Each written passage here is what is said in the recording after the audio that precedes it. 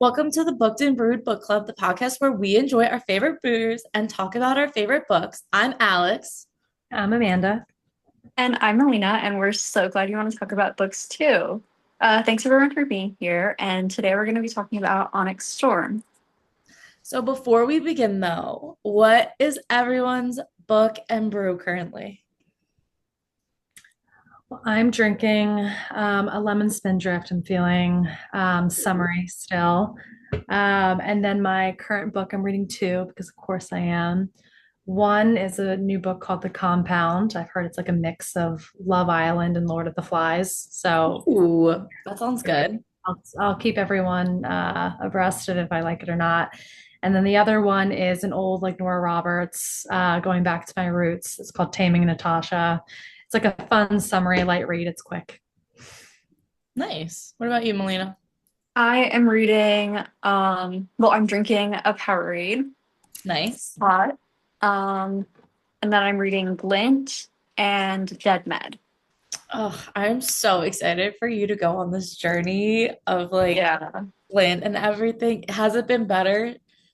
From Yeah, this it's book? it's been really interesting. I'm not halfway through yet, so Okay. I'm kind of like waiting to see where it goes. But so far, it's had me intrigued, but not like obsessed, if you know what I mean. I will tell you, it's a slow burn. It's like Mhm. it's a book that's a slow burn as a reader where you Mhm. or a series, right? You kind of like it. You're like, oh, this is fine. Like this is good. Kind of weird.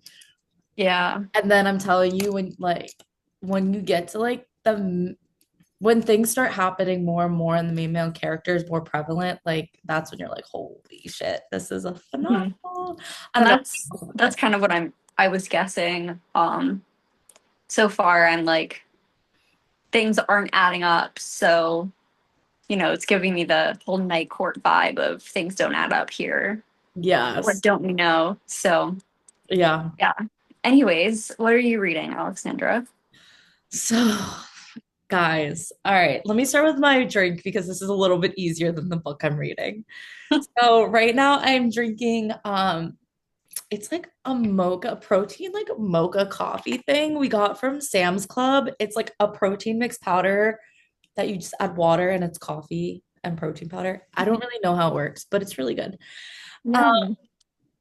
and then my book. So my husband and I made a pact that if he read Akatar, I would read one of his books. And my husband likes nonfiction, specific, Yucky. specifically like Bitcoin stuff. He's really into Bitcoin. So I am still reading. It's been like 2 weeks now. It's really painful for me. It's called The Big Print. And it just is about how messed up our money system is in the US and how Bitcoin's gonna save it all. So it's really painful. Nice. I'm like almost done. I have 100 pages left.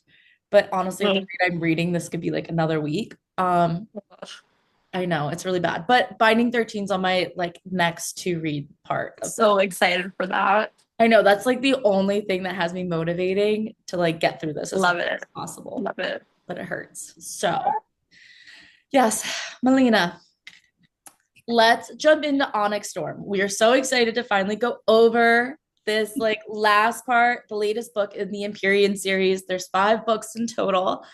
Mhm. Um, so Melina, give us a rundown on the summary of Onyx Storm.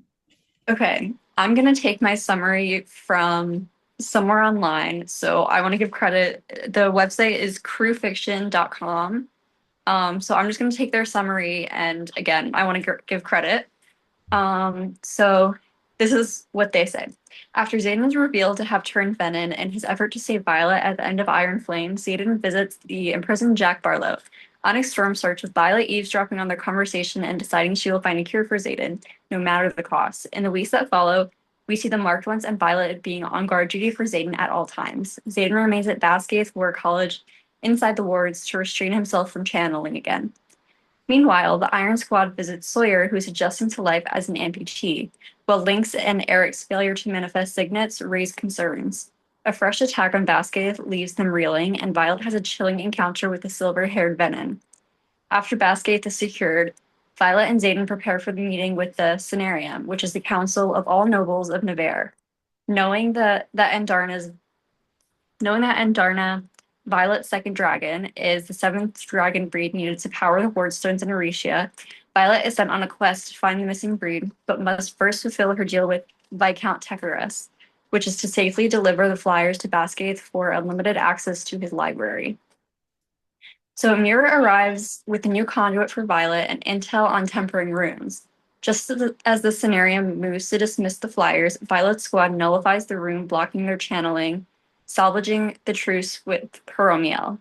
General Atos accuses Violet of treason, but a royal missive preemptively pardons all dragon riders who went to Aricia and reinstates Xaden as Duke of Terrandor. As punishment, the Iron Squad is sent to Samara by Dane's father. When a nearby village is attacked, they rush into battle, uncovering shocking truths. Garrick has a second signet, and Theophany, who is the silver-haired Venin, is a maven who wants to mentor Violet when she turns, and Andarna is an Irid. Xaden later reveals that many Marked Ones wield two signets because their dragons choose them for a purpose. Violet begins to suspect Venin can wield similarly to dragon riders. And while Xaden is away, Violet sharpens her skills and repeatedly visits Jack Barlow searching for answers, only to find none. A breakthrough comes in the archives when she realizes her father's final research might be connected to the Venin. She enlists Dane to steal it from his father's office, and he delivers, leaving her with pages of secrets and a riddle to decode. Basgaith ramps up war prep, adding a new class led by Xaden. Enter Prince Halden, Navarre's crown prince, and, as Xaden soon learns, Violet's ex. After a brief scuffle, Halden delivers a message from Tecarus, arranging a meeting with King Cortland of Deverelli in exchange for a powerful relic lost in Venin-infested Anka. Their conversation helps Violet crack her father's riddle, which also leads to Deverelli. Violet, Xaden, Mira, and an unreliable squad set off for Anka, retrieve the relic, and then are immediately ambushed, losing 2 squad members. Enraged, Violet demands the control of the mission, and the new squad consists of Riddick, Xaden, Dane, Mira, Marin, Tragan, Kat, her cousin Drake, and unfortunately Halden and his guard. And the magicless Deverelli, Xaden finally finds relief, but the lack of power unsettles their dragons. While Hayden meets with King Cortland, Violet retrieves her father's books after a grueling test. Before they can leave, Halden is arrested, forcing Xaden to approach the king as the Duke of Tyrandor with Violet as his consort. Halden's tantrum escalates into a fight, and Xaden loses control, channeling from the earth once again. Violet, with the help of Taryn and Darna, her dragons, orchestrates a ploy and secures an alliance. Back in Basgaith, the squad prepares to continue their journey. Xaden shows up in Basgaith, and Violet notices the flecks in his eyes are no longer golden, but permanently ambered, which is a direct result of his channeling. Eric, defying orders and risking court-martial, replaces Halden as the royal representative, officially launching the quest. The first stop is the Isle of Cenarum. Dane, Xaden, and Violet fight for an audience with the queen. There are no Irids on the island, but we do get a weird interaction between Violet and the priestess, revealing that Violet was almost pledged to a goddess. Next is Hedotus, where a surprise awaits. Xaden's mother, Talia. And Talia is now married to a member of the Hedotus Triumvirate, which is the local council. She tries to rekindle her relationship with her son, but Xaden wants nothing to do with her. The council tests the squad, even poisoning Garrick, but Violet anticipates the betrayal and spikes their drinks first, using her father's research to cure Garrick and secure an alliance. The third stop is Zelina, the island of Zinel, god of luck, who demands they accept whatever fate deals them. The price, Tragan's life, who dies from an arrow to the heart. The squad travels to one of the smaller isles to burn his and his griffin's body, while the others are searching the neighboring isles. Violet and Riddick stay back a while longer. The water and sky seem to ripple, and 6 giant dragons show up, the Irids. The Irids recognize Andarna, but reject her for fighting in the war, branding her as a weapon. Riddick also discovers Xaden's Venin secret and demands Violet tell the others.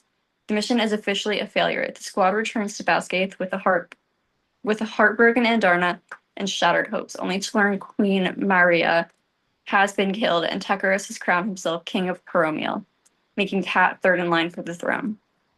Things spiral further when Lynx manifests shadows, proving magic has abandoned Xaden and as this generation's shadow wielder, and he retreats to Aricia. When the squad with Sawyer follows for their rotation to Aricia, Violet expects a broken man but finds Xaden and Brennan still fighting for a cure. Later that night, Xaden returns early, confessing he hasn't channeled in 73 days and his goal is 76. They share a passionate night only to have the same dream, revealing Violet's second signet is Intrinsic, a dreamwalker. Before they can process it, Aricia is attacked. Violet defends the Temple of Dune after Eric's suggestion, but in their efforts to repel Wyvern, Taryn is injured. When Theophany shows up, Violet defends the priestesses, but luckily when the Irid arrives, firing up the Aricia wards the Venom advantage. And Darna faces a choice: stay with Violet and lose her heritage, or leave to reunite with her kind. With unbearable pain, Violet urges her to go. Broken, she spirals into grief until Mira forces her back into action. A new revelation emerges. Her parents dedicated her to the goddess June to prevent her from turning Venom. And there is a prophecy about her, but in reality, the prophecy was about Xaden. When Xaden confesses his truth, Mira immediately moves to kill him. Venom and Brennan intervene, but Mira storms off, feeling betrayed. Soon after, Garrick returns, badly beat up, with a message from Theophany. She has Mira and wants Jack Barlow in exchange for her. With no choice, Violet meets her, only for Theophany to attempt to kill Jack and slit Mira's throat. Brennan, who is a powerful mentor, tries to heal her, but does not have enough power. That's when Sloane Miari and Dane Atos show up with a message from Eric, who Violet realizes is a precog. Sloane siphons Dane's power and transfers it to Brennan, who manages to stabilize Mira. Violet and Bodhi face Theophany, who is a storm wielder just like Lilith Sorrengail. Violet's late mother, General Sorrengail, was the balance to Theophany, and now that she is gone, Violet is not sure she can stop her. The battle is chaotic, and riders are dying left and right. The most notable is Quinn, which is Imogen's best friend. And in a twist of fate, Andarna is back and helps Violet kill Theophany with a piece of Dune's temple, whom Theophany has forsaken. Just then, an Onyx Storm hits, and Violet realizes Xaden has channeled again. From Xaden's point of view, we see his choosing to sacrifice his soul to save Violet and Scale. Violet whispers, "I love you," down their bond before she passes out, the last thing that Xaden hears. He also reveals that Panchek has betrayed them, along with a mysterious new brother. The Venom are defeated, and Violet wakes up 12 hours later back in Aricia. She's now married to Xaden, legally making her the Duchess of Tyrandor, but she does not remember anything after asking Imogen to wipe her memory. What a bittersweet cliffhanger, huh? So that's all from the Crew Fiction summary, and it's a lot of information. So what do we want to tackle first? That was a lot. Yes.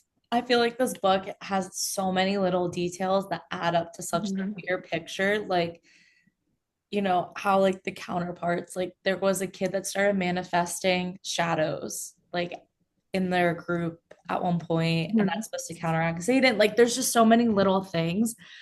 Um, finding out that Eric is a precog, is that what they call them? Like he can see the outcome future and stuff like that. So before we dive in and dissect the book, I think we should go through ratings. How would you guys rate this book? Well, I'm scared to say it, but I will say this is my favorite of the series thus far. I feel like you get the furthest in terms of like information. I like a lot of the rabbit holes and kind of theories and mythology. I think I'd still maybe rate like a 3.75, maybe like a 3.5, 3.75. I still just feel like such a slow build to whatever this climax is in the series that I'm an impatient person. I'm getting impatient. Yeah, I get that. What about you, Melina? I'm trying to pull up my Goodreads. I do the same thing on the side. I was like, what? What did I rate it? Let me see. I don't remember. Alexander, do you want to go while I'm looking for this? Yeah, I think I rated it gosh, I'm the worst, you guys. I want to say I probably rated it like like Amanda, like you said, like a 3.5, 3.75. Maybe I even like went crazy and like rated it like a 4. Um, Um, I will say it's annoying that Goodreads still hasn't updated to do half stars. Like I rate in Goodreads and Fable. So I think my yes. like 3.5. I rounded down in Goodreads to a 3. But Yeah, I think, let me see. Gosh, this is the worst. I'm sorry, you guys. I probably should have checked. Oh, okay. Oh, wow. Okay. I gave it a really high rating on Fable. I gave it a 4.5. suspicious. Wow. That's like the Suspicious highest I think I've rated any of the books in the series. doesn't feel right. I feel like I really loved it though. Out of all the books, I thought it was really good, very action packed.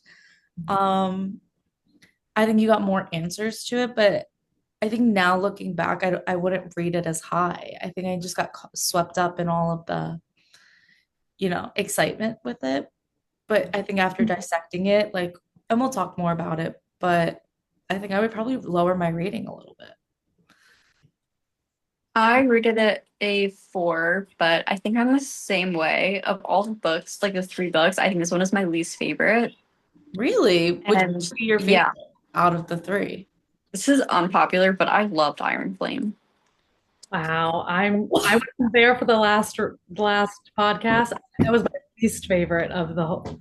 I'm glad we have some diversity though. I think that'll make Yeah, yeah, I thought this one, there was a lot of information. I had a lot of trouble keeping everything straight. I definitely will have to reread it to get that information again and pick up on the small stuff, that type of thing. Um, it was a good book, but I feel like on the first read, I missed out on a lot of stuff. Okay, fair. That's And fair. I couldn't just come up with a summary off the top of my head like some other books. I can come up with a summary, and this one I'd have to reread it at least one more time to do that. Yeah, that's very true. I feel like there's just so much information. It would have been like hard to like recount every single little thing. Yeah.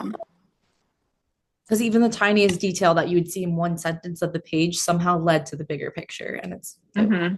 a lot. But that being said, Yeah. what is your favorite part of the book? Of your least favorite book? There's a lot of really good parts. I'm gonna skip favorite part because I don't know, but I'm gonna do least favorite part, and that is when Lynx manifests as a shadow wielder Hmm. and Zayden says he is the balance. And that's just heartbreaking. Yeah, I get that. That hurts a little bit. Yeah. Hurt my soul. Yeah. It's like, what? Alex, what about you? Um, I would say my fave part, I like really enjoyed the islands. Like I really liked that we kind of went outside of just like what was happening on the continent and like this whole Venom thing. Like I really enjoyed kind of learning more about the world. So I would say that was my favorite part. I also thought I really liked that it broke up the monotony of like Bagskieth and like them constantly learning. And then when they were in Orisha, like it was the same thing. Like they were in classes and stuff. So I kind of like that it broke up the class and like the college structure a little bit. Um, Least favorite part, I would say. Before you say that, I actually hated the stuff that was on the continent. I Um, was like, this is so boring. They're on a quest. Whenever people go on a quest to like, and they had no set destination in mind, they're just looking for stuff. I'm like, how do you even do that? Like, it's just, I, really, I hate it. So I hated that part. That was the slowest part. I was like, this is so boring, with the exception of the chocolate cake with Garrick. yeah, Um, that was like and the one with the tigers where Darna's like eating the tiger. I don't oh remember yeah, what yeah, part that is. I yeah. thought that was good. But other than that, I was like, this is just really boring. I love like when they like do like little quests like that. And then like it happened to be, I think it was like 3 islands. I don't know. I just love like when they do stuff like that. And that just goes for any book because I feel like again it breaks up the monotony and you can kind of see a pattern whether they're island hopping, whatever. Um, And then that's also where we found out that Riddick, right, has like he got like stabbed or something like that. You guys remember? And then all these theories came Yeah. out thinking that he was Venom. Yeah. Um, so I thought that was interesting. There was a lot there. Least favorite part though, I think it was when Andarna, I know she came back, but I think when she broke the bond with Violet, I understand why she did it, but that was such an emotional thing. I probably sobbed for like a good 5 minutes, 5 to 10 minutes after, and like couldn't pick up my book for a little bit because it was I don't know why I felt so attached to their relationship, and for her and Arna to kind of give up on Violet, who never really gave up on her, was really upsetting in my opinion. Hmm. I'm with you, Alex. I liked the traveling with the islands to the islands. I agree. I thought if it was one more book of just them and Basquiat, I think I would have screamed. So I liked exploring the world too, because we know that it exists, right? And we've seen outside of Basquiat, and Eritrea and everything like that. So, and we knew it existed, I think, from book one or two when they mentioned islands from her dad's journals. So I was excited to see it, and I really loved again the glimpse you got into some of the mythology and religion. I think it's going to have huge implications later on in the series. And they've hinted at it a little bit, even with the reveal that she was half committed to the Temple of Dune. So I thought that was really interesting.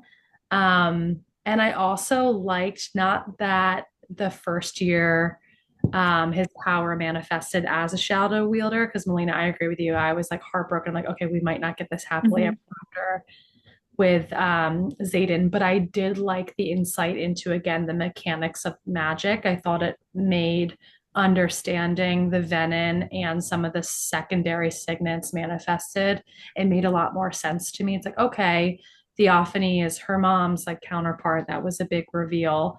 Hmm. And so now you know to expect when you see a lot of these battle scenes and you're reading it, okay, I'm looking out for little hints and Easter eggs here and there. Like, okay, this is Riddick's counterpart. This is Xaden's, you know. So I just liked the kind of epiphany from a magic system perspective that that gave. Hmm. My least favorite, honestly, any scene with Xaden. Honestly, I, it just hurts my heart that he's Venom and this whole angsty thing. I'm not a fan of in terms of the romanticy aspect of it.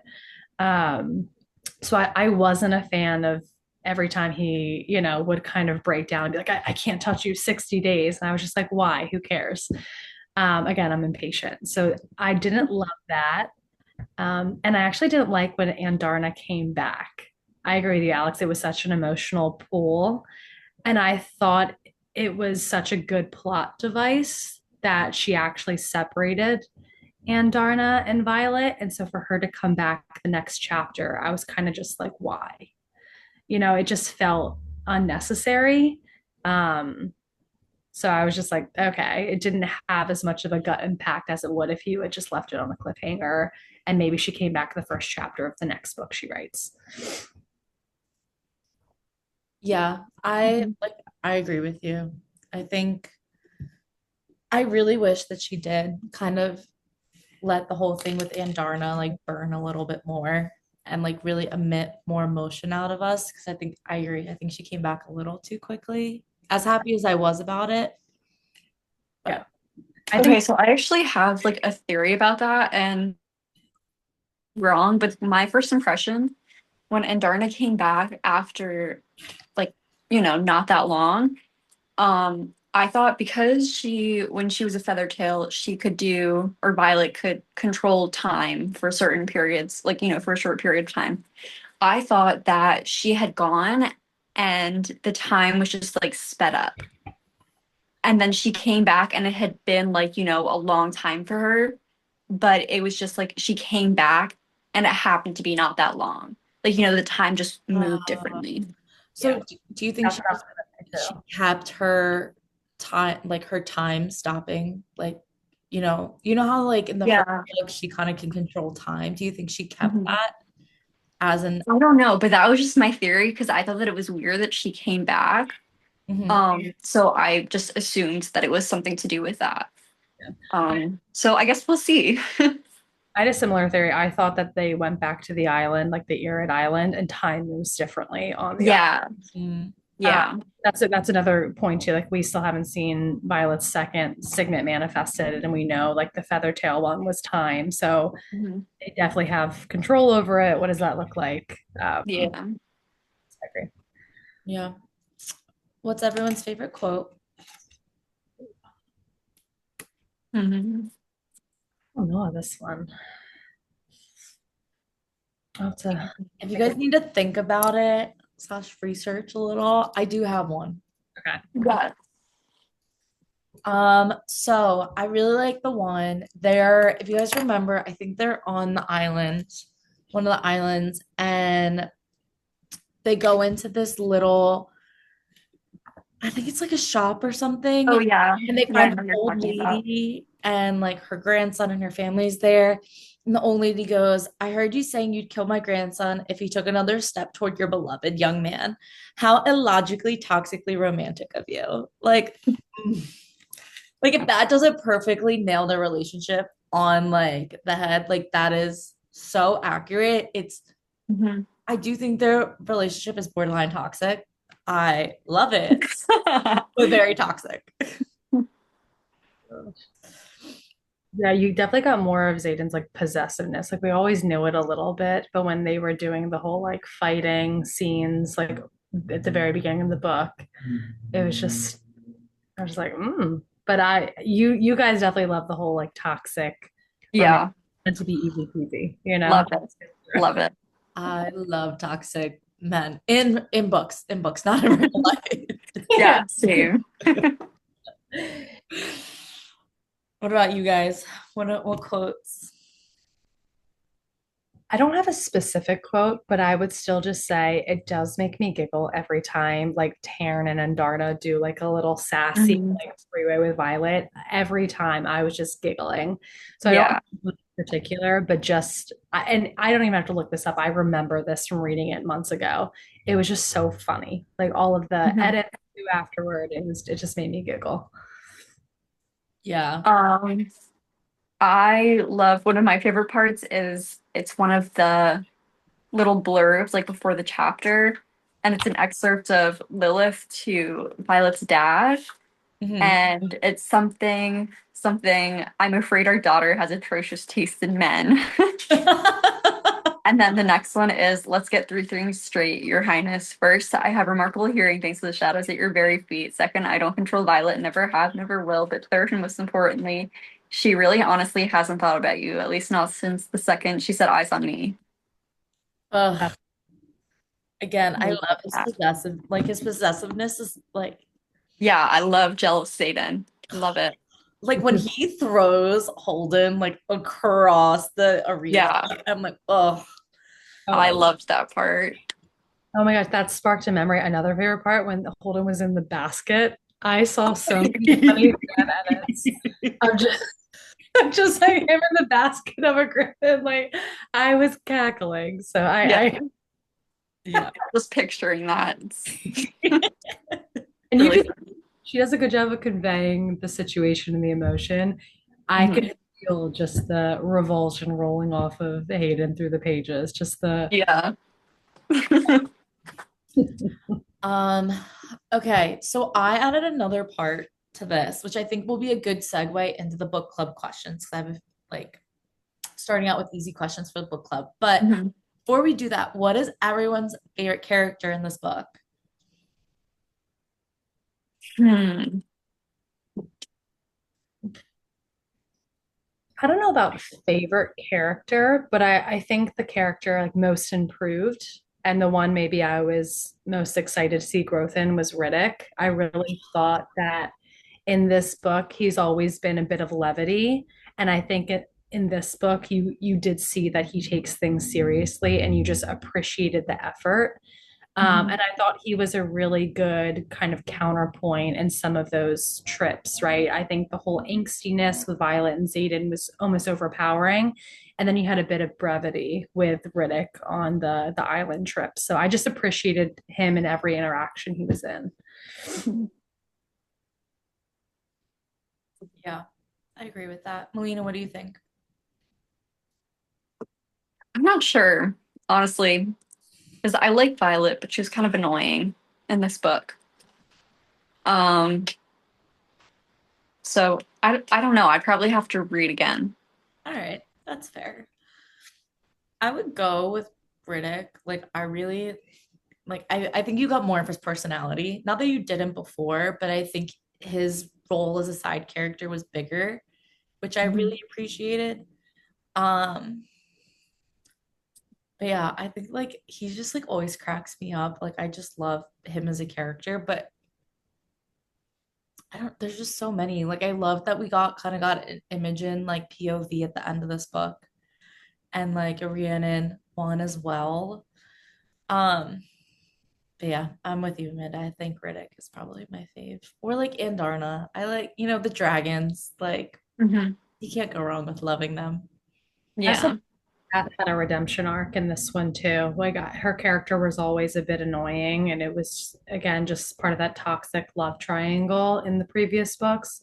And I was feeling for her on the island when her love interest died out of nowhere. And this girl just can't catch a break. So I really felt for her. She certainly wasn't my favorite character, but I was less irritated with her. And you kind of got, just like Riddick, you got to see the serious side. You kind of got to see the softer side of Kat and appreciate her backstory. Um, Mhm. so I liked her presence on the trips too. Yeah, I get that. Okay, so we'll jump into book club questions. I'm gonna throw some easy ones at you guys before we kind of deep dive into it. Get you all buttered up. Um, okay, outside of Zayden, who would be your boo? I'd say Auric, I think. Removing the fact that he's a baby, and this is 5 years from now, Auric. Yeah, I like the kind of secrecy, the kind of mysterious, kind of air he's cultivating. It's reminiscent of maybe a slightly lighter early Zayden. And I like his poise on a lot of the trips. I think there's more more with him, and he has some secrets, and I think it's just an interesting story, and of course a wealthy man, I want a prince. So, I get that. What about you, Melina? I feel like this is a tough one for you. Yeah. Yeah. Because honestly, I don't like any of them enough to be my boo. I just like them. a fun situationship then. Okay, I how don't know because they all have character qualities that annoy me. yeah. What about like if there was one male character that you wanted to get to know more of, who would it be? Taryn. Would I be opposed to use your Google? No, I fully endorse that. Like, Find him. Might hear me out. I love it. I love Garrick. I love Riddick, but I love Garrick. I don't know. There's something I think it's so admirable how much he dedicates for Zayden. Like no questions asked, like how he's always there for him. And not that Bodhi isn't, but I think Zayden sees Bodhi as a little brother. So he's kind of limited in his way that he can do things. But I see Garrick as like Zayden's like right hand man. And like that's kind of sexy to me. I see.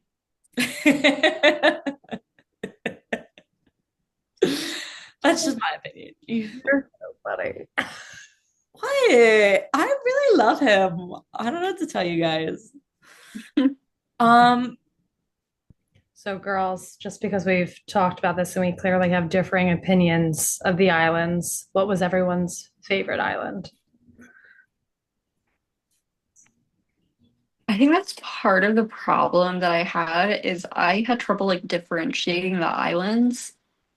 Um, because they were just to me, it was just all the same. Mm.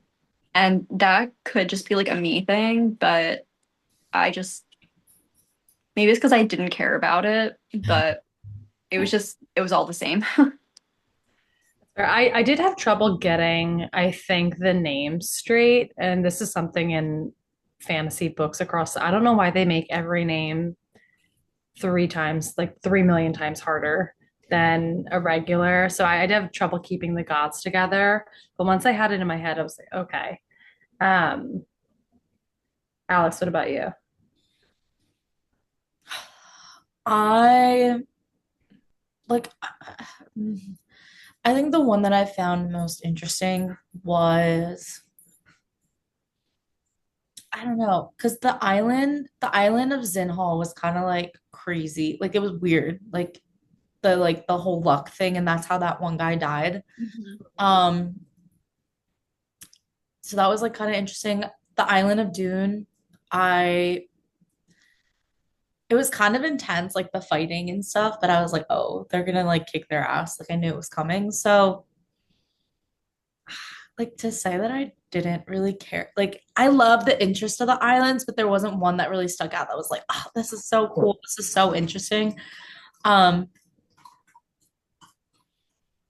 I don't know. I think the one that maybe like caught my attention the most was when they went, I can't remember which island it was, but when they went there and Zayden's mom was there, that Yeah. was crazy. When Zayden's mom showed up out of nowhere, um, and she Mhm. was just like living her life on this island with this guy, and they end up giving them all chocolate cake, which is, Zayden's favorite food, and it's actually poisoned. And Mhm. it's that whole thing where all this drama starts to unfold. I think I kind of liked that island just because of all the things that happened on it. Um, but yeah, that's kind of what my thought process was. Yeah. Yeah, it's so interesting how the most straightforward island up front is really the kind of craziest behind the scenes. I feel like that was the island his mom was on. I was like, oh, everything's nice, but if there's like layers to the logic and the thinking they had to go through to save the group with the chocolate cake. I agree with you, though. I think the island of luck, which was the Zinhal, I think, was Yeah. the craziest island. Maybe I feel more at peace just because my family's crazy. Um, but that I didn't know what to expect. And then again, it was kind of the craziest one, but it was the most straightforward. They just draw the cards and then they're done. They're on their way. And that's where we met, what, broccoli? Is that the cat? Yeah, yeah, Mhm. probably. Broccoli. And I love broccoli. I'm a dog person, but I love that cat. Yeah, that was really, really cute. Yeah. Do you guys think I've seen theories that like on TikTok that Violet and her friends are like representative of the different gods. Like Riddick is representative of Zinhal. Mm. And like obviously we know that Violet is Dune and Xaden is Malik. Like, do you guys think there's like that's just a coincidence, or do you think that there's some deeper, like larger work at play? In fantasy, I don't think anything is a coincidence. Whether or not it's going to actually be important in the end and like be a big plot point, I think is a different story. But um, I think it's definitely going to have some type of relevance. Yeah, I agree. Especially, I think I saw that same theory, Alex, and I saw on a Reddit sub whatever or on TikTok, um, they called back to even the first book where they said Rhiannon looked like one of the goddesses, and I can't remember which one, but those callbacks where they're constantly kind of putting some of the friend group or categorizing them to align under certain ones. I think it's interesting to Melina's point, whether that plays a major plot role. I don't know, but I do think she's trying to tie in mythology book over book. Yeah, I agree. I think it'll be interesting to see how it all plays out with the mythology aspect because I love when mythology's added into like a whole narrative and it kind of becomes like a bigger picture. Again, I feel like this book is just it could continue to keep building and I think the series could end up ending really, really well. or it could just fall flat because there's so many moving parts. Like with Mhm. this, with the venom, with the 20 plus characters we all have names for, plus they're dragons, and then now we have to remember their signets. Like I think there's just I don't know. I'm really scared on how this is gonna end because of all these different aspects that like she's juggling a lot. It's like how Mhm. long can you keep these balls in the air before they start to fall? Mhm. Oh, yeah. But you raised a good point about the signets. Do we want to talk about the reveals of all the second signets? Talking about keeping everything Yeah. straight. I have to I have to worry about everyone having a separate signet. But Violet's, I almost forgot too. Violet's signet was revealed, right? And Mhm. it's dream walking, right? So she can intercept people's dreams or go into people's dreams. What do we think that's about, and like how it's going to play later on? I definitely think that there's a deeper like underlying signet, and it's not just dream walking. I think it's more mind walking, and it's just manifested as dream walking at the moment. So I definitely think that's going to be important in specifically finding Zayden in the next book. Um, and What makes you say that it's more than just dream walking? I don't know. I couldn't name like certain things, but I just feel like it's more. Well, actually, I think there was an interview with Rebecca Yarros, and she said that Violet's lightning wielding signet has been explored like 85 to 90% or something. It's like a high amount, but the dream walking one has only been explored about 5%. Oh wow. Okay. So that's why I think there's a lot more to it, and it's more mind blocking because dream walking would just be like the surface of that. I that makes sense because it was revealed at the end of the book, Yeah, right? we don't have a lot of information on it. I think it'll almost be like an Inception, that movie, if anyone's familiar, where you're obviously the most vulnerable when you're sleeping. You're also not typically guarding your thoughts and your dreams. You're kind of at the behest of just where your mind wanders.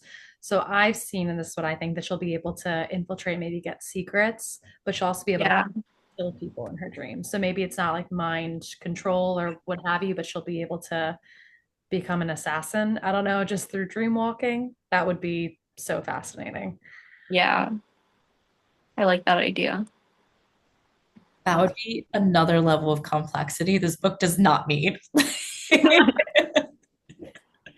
Sorry to say it. Sorry if anyone disagrees, but I think again, this is why I think there's so many avenues for this whole series, and there's so many little like tidbits and like nuggets and like I just again, I feel like there's so much going on that like I kind of wish there isn't more to Violet Signet. I kind of wish it's just face value, or if there is more, then we kind of drop the other subplots around it and focus on this because I think this like the inception idea, Melina, the mind walking idea, I think this could be played out so well. But my fear is that now that we have 20 different characters, we're bringing in their dragons, not just like, how it was like only the marked ones have second signets. Now Violet's not a marked one, but somehow she has a second signet. Like, now that doesn't make sense. And now we're adding Well, the the difference with Violet is that she is a second dragon also. That's true. That is true. So it's just marked ones and like we also don't understand why the marked ones all have second signets. So it's funny, Yeah. my boyfriend has a theory on this because I made him read it. He thinks that, obviously, again, reminder that the entire series is called the Empyrean series, and we know next to nothing about the Empyrean, which is the dragon's like ruling body. So he thinks, and I could see where this could go, that the dragons are purposefully picking riders within the same family, which is remember how they get the second signet typically. Mhm. So he Um, thinks that they're aligning with the relic kind of resistance movement, and there's larger things at play. And so they're purposefully bonding with family members, which is why you're seeing more relic kids, right, manifesting a second signet. I see. That's interesting. I like that. Wow, Ben with the theories. I Slay. know, I know. That's What good. a I really do wish we could get more of the Empyrean, and I think we will. I just don't understand how she's gonna do it in two more books. Because I feel like there's just so many like loose ends that I don't know how you can jam pack it in the next two books and like again pull it off really well and it ends in a nice tied up bow. right. She's bitten off maybe more than she can chew. Um, I stand by that statement, but but I speaking of, oh God, I love it. Um, so once again, Yaros ends her novel on a cliffhanger. What did you guys think of the ending of Onyx Storm? Who do you think Xaden's new brother is, and what other theories do you have for the next installment in the series? Who wants to go first? you. Okay. My biggest theory is that Melgren is Venom. Um, the ending, obviously, it kind of like destroyed a part of me. The next book can't come soon enough. There is not a day that's gone by that I have not thought about the ending and been like, what is going to happen next? And it's been 6 months, more, 8 months. Um, and I think the brother, oh gosh, this changes all the time. My opinions keep changing. I don't know. I don't know who the brother is. I think the brother is Bodhi. That's I what I thought too. Yeah, I think the entire book he was so insistent that he's not going to rule, and he was always Zayden's plan B, and he kept, pushing back and saying, "You don't need to protect me because I'm your brother." And Zayden's response was, "No, you're going to rule if I something happens to me." So I think it kind of pushed him, and I think the cliffhanger, right, that they got married, I think was kind of a plan C insurance. Okay, Bodhi's now Venin. He knows that. So now through marriage, he has someone he trusts ruling Eritrea, is my I thought. see. Yeah, that makes sense. I like that idea. I think that, yeah, I mean, I've also thought it was Brennan too. And that's why I feel like Brennan's trying so hard to like find a cure. Um, I also think the ending was very interesting, like how she like they got married, but she doesn't remember any of it. And she had to Imogen like wipe away her memories. I think that may be because there's someone on the inside who might be like an intrinsic and Violet doesn't want them to know whatever she learned between Mhm. her passing out and her waking up married. Yeah, yeah, that's a good point. I didn't think about that. But going back to your other theory, Melina, I agree. I think Milgren's not good. I think he's a Venin. And maybe Alex, to your point, wiping her memory, but also what Imogen was there to wipe her memory. You had Zayden there to be married. You probably had one other relic person. So maybe it was the three of them blocking the marriage because Milgren can't see it. Right. And Mhm. now that they're not going to maybe be three of them together, you can't have Violet remembering and saying something for him to see. So you're right, an additional insurance policy. Yeah. Yeah,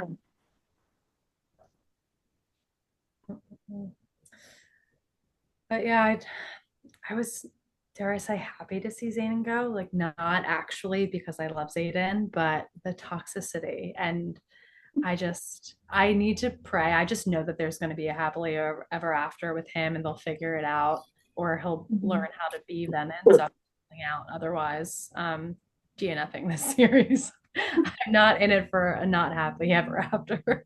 Oh yeah. Yeah. Do you guys think like what did you guys think of like the point of views? Like the two point of views that we got at the end of this book. Do you think the next books are gonna be like made up of point of views? I think they're gonna have more point of views. I don't think it's gonna be like super heavy. I still think it's going to be mostly Violet, but in Onyx Storm, I did not care for the other point of views at all. Like Imogen's and Quinn dying, Rhiannon's did not care. I agree with you, Melina. I wasn't moved by it. I was like, okay. I think it was a writing device to make the battle, maybe who that new brother was, a bit tougher to kind of intuit. Um, I hope she does more point of views because I want to hear someone's Mhm. point other than Violet's, but I don't know. Thus far, Yeah. I think for me, I didn't care so much about like the death of Quinn because we didn't have very much on the relationship to begin with. And we didn't know Quinn that well as a character. right. So, I mean, it was like sad that she died, but I really didn't care. I Yeah. agree. I agree. Yeah, and I think that that came with the problem of like having too many characters. Like you were never really able to develop a relationship with the characters outside of Xaden, Violet, and then maybe Violet's friends like a little bit, but I think for the most part like it's not like Throne of Glass where I feel such a strong relationship to Irene or Allied or like whatever. I felt like because of all the different characters that are in this book, it was really hard to kind of develop a relationship with those side characters as a reader. Mhm. Like if Imogen were to die tomorrow, what I probably wouldn't be upset. Same with Garrick, same with Bodhi, you know. Now Zeta Yeah. and Violet, different ballgame. Sure. And even Liam, right? Because in the first book, you got a lot of Liam because of Violet's point of view, and she was really close to Liam, and that was heart wrenching. Everything Mhm. else, even her mom dying in the second book, I mean, it was impactful. I thought it was a good plot device, but it's kind of like, okay, you know. Yeah, I agree. So I guess we'll just have to wait and see what happens next. We are very excited. We will do a podcast episode once the next book comes out, and we cannot wait for that. Hopefully, we get answers, more answers than questions, because I feel like every time I read a new book in the series, I have more questions than answers. Um, but that being said, if there is a specific book or topic you want us to review or dive into, DM us on Instagram, TikTok, leave us a message on YouTube as well. And if you like this episode, then like, comment, and subscribe to the show. And thanks for brewing with us today. Until next time, book besties. Talk to you later, ladies.